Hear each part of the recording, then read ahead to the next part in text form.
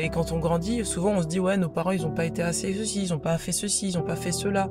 Mais on ne se rend même pas compte qu'en fait, nos parents, ils ont juste fait, des choix. C'est des choix qu'ils ont choisis, en fait. Et pour eux, à la base, ça partait d'une forme de complétude. C'est-à-dire que pour eux, ils ont fait vraiment, quelque part du mieux qu'ils ont pu. Et même si nous, ça nous a fragilisés parfois, bah, il faut se rendre compte aussi que faut sortir de l'objectif, enfin de la victimisation. C'est-à-dire on victimise ses parents, on se dit: «Oui, non mais c'est parce que» non, et il faut sortir également du fait que nos parents soient des bourreaux, parce qu'en fait non, ils ont pas été des bourreaux. Ils ont juste fait des choix qui auraient été différents de nous, tout simplement, parce qu'on est des individus à part entière. Et si justement ces choix-là étaient pas mis en lumière, ces choix différents par rapport à ce que nous on aurait fait, ben on ne se serait pas émancipé, dans le sens où on n'aurait pas compris qu'en fait nos parents, on n'est pas tenus avec eux par un cordon ombilical, et on n'est pas ils ont une altérité, on a une altérité, et ils ont fait leur choix, et nous aussi on est en capacité de faire nos choix. Et il y a pas de bien, il y a pas de mal, il y a pas de voilà, ils ont fait ce qu'ils ont pu, ils ont fait avec ce qu'ils avaient, ils ont fait leur choix, que ce soit des choix entre guillemets «bons» ou moins bons, heu, c'était déjà leur état de complétude à eux, en fait. Et je pense que enfin, j'ai une grosse remise en question là en ce moment sur ça, parce que je me rends compte que surtout là, ce portail là du 3-3-3, que puis le 3-3-3 c'est la symbolique aussi du père, de la mère et de l'enfant, c'est, la symbolique de la Trinité, voilà, c'est toute une symbolique derrière qui parle de complétude. Et je me rends bien compte que, hem, la place de l'enfant, elle y est parce que justement il y a cette forme d'altérité, de différence, peut-être même parfois d'opposition, qui fait que c'est une complétude à la base, en fait. Que l'opposition, que la dualité, c'est déjà une complétude. C'est pas quelque chose qui sépare. C'est l'illusion de la séparation, en fait, dans la complétude. Et je pense que c'est cet état d'esprit à bifurquer. Heu, on se re Regarde ta vie et regarde pour voir si ta vie elle est pas parfaite telle qu'elle est, et si tu peux pas toi-même changer de regard pour voir que ta vie en fait elle est parfaite telle qu'elle est. OK, tu as pas forcément tout ce que tu veux, peut-être matériellement, financièrement, et cetera. Mais si tu changes de milieu et que tu vas dans un milieu où tu te rends compte qu'il y a moins que toi, tu vas revenir chez toi et tu vas te rendre compte qu'en fait chez toi c'était complet comme c'était, que tu avais rien à changer et que tout était déjà là. Et je pense que quand on arrête de regarder à l'extérieur et quand on prend conscience de ce qu'on a à l'intérieur, ben, il y a juste un mot qui vient, c'est merci. Merci pour ce que j'ai, merci pour ma vie, pour ma santé, pour mon bien-être, pour mes enfants, pour cette forme de spiritualité qui m'habite. Merci pour tout ce qui m'entoure, parce que et merci pour la personne qui m'accompagne dans la vie, et merci pour mes parents, et merci tout ce à quoi j'ai pas pu dire merci dans le passé.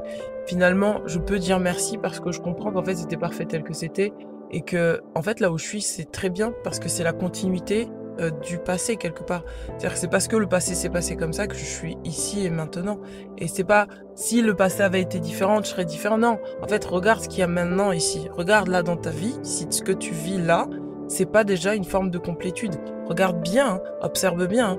Si tu arrives à être libre avec toi-même et que tu es pas dans un mode de survie dans ta tête, parce que le mode de survie s'active dans la tête, c'est le cerveau reptilien en fait qui gère ça. Donc si tu es dans un cerveau reptilien, tu vas être en mode de survie. Et tout ce que tu auras, beau avoir une grosse voiture, une grosse bagnole, tu auras beau avoir une entreprise florissante, tu auras beau être parfait, si tu prends pas conscience que ce que tu as là, c'est déjà bien, ce que tu es toi, c'est déjà complet, tu vas avoir du mal à comprendre que ce que tu vis là, c'est déjà, de l'abondance, en fait. Et l'abondance, tu te rendras compte que l'abondance, elle est pas à l'extérieur. Et l'abondance ne se crée pas par l'extérieur, elle se crée par l'intérieur d'abord, tu vois? L'abondance, c'est quelque chose qui vient de l'intérieur. C'est pas quelque chose qui vient de l'extérieur. Et si tu veux avoir plus d'abondance dans la vie, eh bien sache que l'abondance, c'est toi qui manifestes l'abondance. Si tu te vois comme pas assez, pas complet, etc., tu manifesteras pas l'abondance. Si tu vois que l'extérieur est pas complet, pas assez, tu vas toujours courir, et donc tu vas toujours générer le manque en fait, parce que c'est du manque qu'il y aura en toi. Voilà, je t'invite à poser poser cette je te tutoie parce que là je parle de manière très spontanée. Je t'invite et je voudrais te parler de manière très personnelle, et pas générale. Je t'invite vraiment à regarder ce qui se passe dans ta vie. Je t'invite à regarder comment tu vois les choses dans ta vie, comment tu vois ce qui t'entoure dans ta vie, comment tu perçois les choses, à l'intérieur de toi par rapport à ton état d'être. Et je t'invite aussi à éviter de remettre l'extérieur en cause quand toi tu as une perception de l'abondance qui est, diminuée en fait, quand tu as l'impression de voir que, voilà, il y a le mal partout en fait. Regarde plutôt à l'intérieur de toi pour savoir si le mal il est pas déjà en toi et si finalement ce que tu projettes sur l'extérieur, c'est pas une partie de toi en fait. Parce que si tu te regardes vraiment avec les yeux de l'amour et avec les yeux de Dieu, tu verras que tu es parfait tel que tu es. Et quand tu te regarderas comme ça, tu te rendras compte, et c'est pas narcissique ce que je dis, pas du tout. C'est juste que parfois on oublie que l'humilité, c'est de prendre conscience de ce que Dieu t'a donné là, maintenant, et de chérir ce que Dieu t'a donné là, maintenant, et de le faire fructifier. Dieu t'a créé tel que tu es. Il t'a voulu tel que tu es. Et ton ego te fait croire parfois que t'es pas assez, que t'es pas suffisant, que l'extérieur n'est pas suffisant, que tu rentres dans une forme d'exigence, de passion destructrice. Tu rentres dans quelque chose qui finalement te fait croire que et te met au-dessus quelque part de Dieu et te fait croire que en fait Dieu a raté les choses. Quand tu dis ça, en fait, c'est que tu considères que Dieu, l'univers, peu importe ce en quoi tu crois, qu'il y a une part de toi en fait qui est Dieu en fait, qui a raté les choses, qui t'a raté toi, qui a raté ta famille, qui a raté le monde, qui a raté ceci, qui a raté cela. Et je te propose de remettre ça en perspective et de prendre conscience avec humilité que ce que tu as là maintenant, c'est Dieu qui te l'a donné.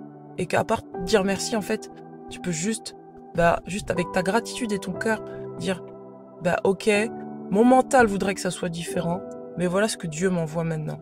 Et comment je peux apprécier ce que Dieu m'envoie maintenant? Comment je peux apprécier ce que Dieu a mis en moi maintenant? Quel que soit ce que tu ressens, tu peux ressentir de la colère, de la tristesse, etc. Essaye de voir que dans cette colère, il y a de l'abondance, dans cette tristesse, il y a de l'abondance. Tu peux essayer de croire que tu voudrais être parfait, tu pourrais te mettre dans cette illusion-là, mais essaye de voir que tout ce que tu vis là est déjà parfait et t'amène déjà à un chemin qui est très riche et très abondant. Voilà, c'est mon message pour toi. Je t'embrasse. À très bientôt. Ciao, ciao.